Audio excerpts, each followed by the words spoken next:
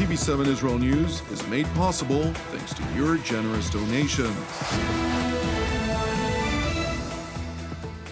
Shalom, good evening. This is TV7 Israel News broadcast to you from Jerusalem. And in today's top stories, Israel celebrated the biblical holiday of Passover, or Pesach in Hebrew, over the weekend, and in contrast to a year prior, the Passover seder dinner was once again observed by traditional family gatherings. Shipping traffic on the Suez Canal, which is the shortest maritime transport route between Europe and Asia, is due to reopen after a 400-meter-long container ship named Ever Given became jammed diagonally across a southern section of the canal. China and Iran have signed a 25-year cooperation agreement expected to amount to roughly $600 billion over the course of 10 years alone. Israel celebrated the biblical holiday of Passover, or Pesach in Hebrew, over the weekend, and in contrast to a year prior, the Passover seder dinner was once again observed by traditional family gatherings after the outgoing government in Jerusalem had relaxed its nationwide COVID-related restrictions. Per the biblical book of Exodus, chapter 12, verse 14, the house of Israel is instructed to feast in memory of God's mercy on his people, as it reads, "And this day shall be unto you for a memorial, and ye shall keep it a feast to the Lord. Throughout your generations ye shall keep it a feast by an ordinance forever." And while a year prior Israelis were forced to observe the feast under a strain of social distancing, the easing of government-enacted restrictions has awarded this year's traditional gatherings a somewhat deeper meaning. So we are very happy that the whole family is gathering together and we celebrate everyone together. And last year we did it on Zoom, and today we are very happy. Yeah, all the family is gathering together. Last year we were all alone and talking to our parents through to the screen. So it's a big difference. In tandem with the biblical high holiday of Passover, the annual Palm Sunday procession, celebrated each year in Jerusalem on Sunday before Easter, was once again open to the general public after last year's restrictions barred Christians from participating in the event, which commemorates the entry of Jesus Christ into Jerusalem in accordance with the biblical book of Matthew, chapter 21.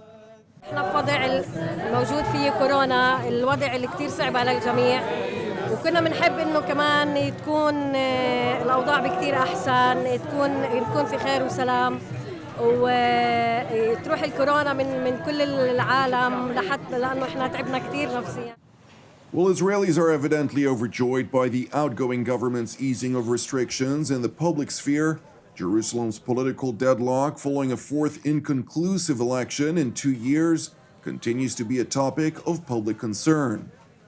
אני חושב שיש כאן בעיה אחרת. השאלה אם יש ממשלה או לא היא שאלה שנובעת מהפוליטיקה בארץ ובעולם. לצערי הרב, כמה שאנחנו רוצים שתהיה ממשלה, אני לא חושבת שהמנהיגים שנמצאים בפוליטיקה יעשו את מרב המאמצים בשביל העם, בשביל שתהיה ממשלה ושנימנע מעוד גל של בחירות.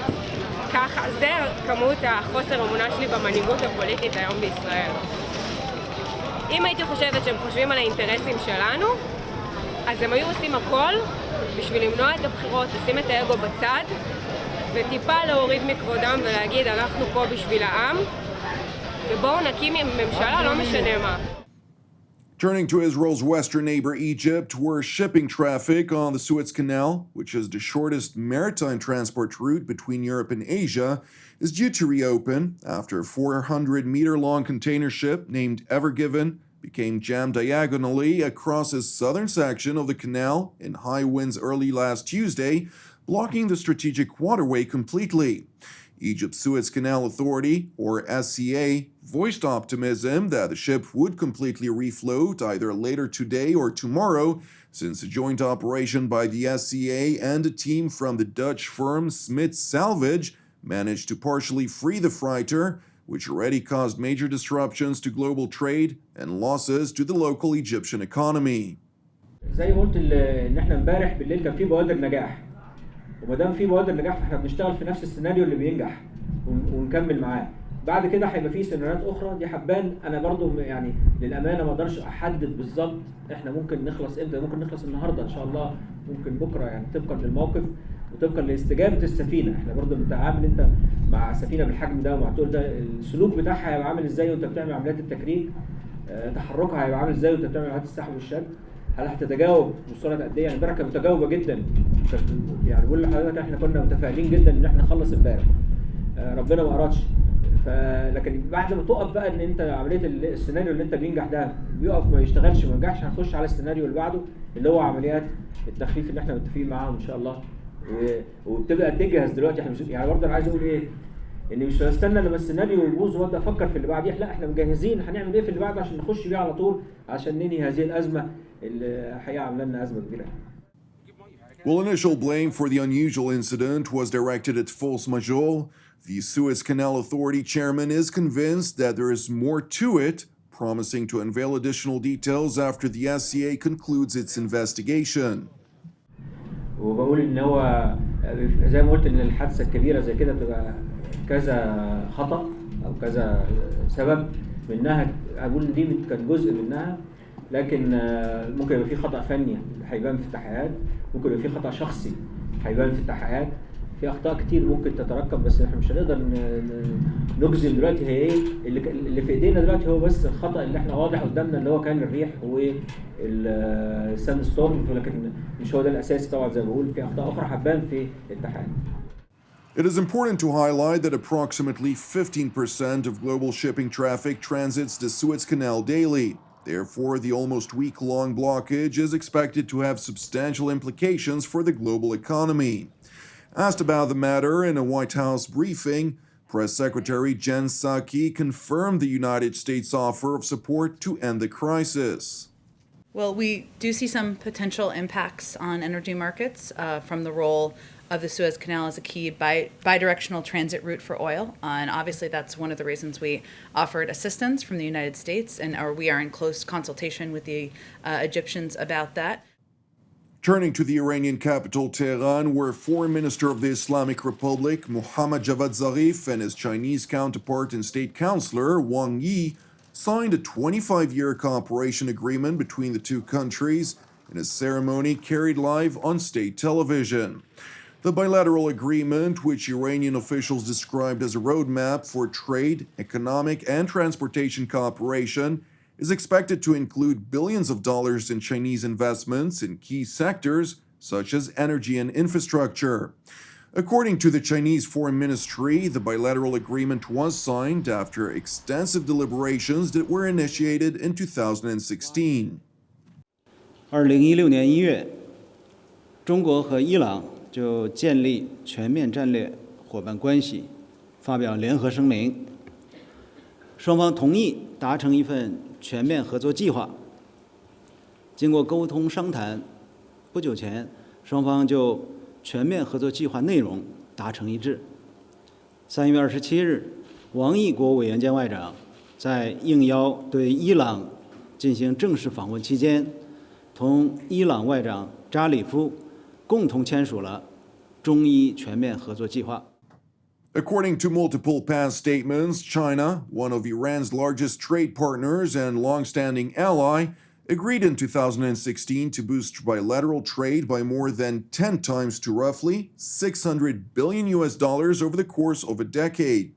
Nevertheless, spokesperson Zhao Lijiang asserted that there are no fiscal limits to the agreement. 该计划重点是挖掘两国在经济、人文等领域的合作潜力，规划长远合作前景和路径，不包括量化的具体合同或指标，不针对任何第三方。相信这将为中伊未来合作提供宏观的框架。It is important to know that this agreement comes at a time when the Islamic Republic of Iran remains under a robust U.S.-imposed sanctions regime, and while the Biden administration is vocally willing to lift those sanctions, which were imposed as part of a so-called maximum pressure campaign by the previous Trump administration, Iran's defiance of the 2015 nuclear deal, or JCPOA, has delayed any aspired rapprochement. Meanwhile, in response to a question vis-a-vis the newly ratified bilateral cooperation agreement between Beijing and Tehran, U.S. President Joe Biden confirmed Washington's deep concerns. How concerning is the emerging partnership between China and Iran? I've been concerned about that for a year. It is interesting to note that in addition to the agreement between China and Iran, the latter is now exploring the opportunity of widening its cooperation also with Russia. According to the chairman of the Iranian Parliament's National Security and Foreign Policy Committee, Mojtaba Zanur, quote, in addition to China, the Islamic Republic of Iran seeks to conclude long-term and strategic documents with Russia that will strengthen bilateral economic interactions and pave the way for joint activities. Thank you for watching us. As part of TV7 Israel's prayer initiative, I would like to encourage you today to join myself and the team here in Jerusalem to lift up Egypt once again in prayer for its salvation and peace, alongside prayers for our persecuted brothers and sisters around the world, in addition to our ongoing prayers, of course, for the peace of Jerusalem, the salvation of Israel, for all those who are impacted by the numerous ramifications of the corona crisis worldwide. I'm Jonathan Essen, wishing you an Erev Tov v'Chag Pesach Sameach, and we will see you again tomorrow at the same time.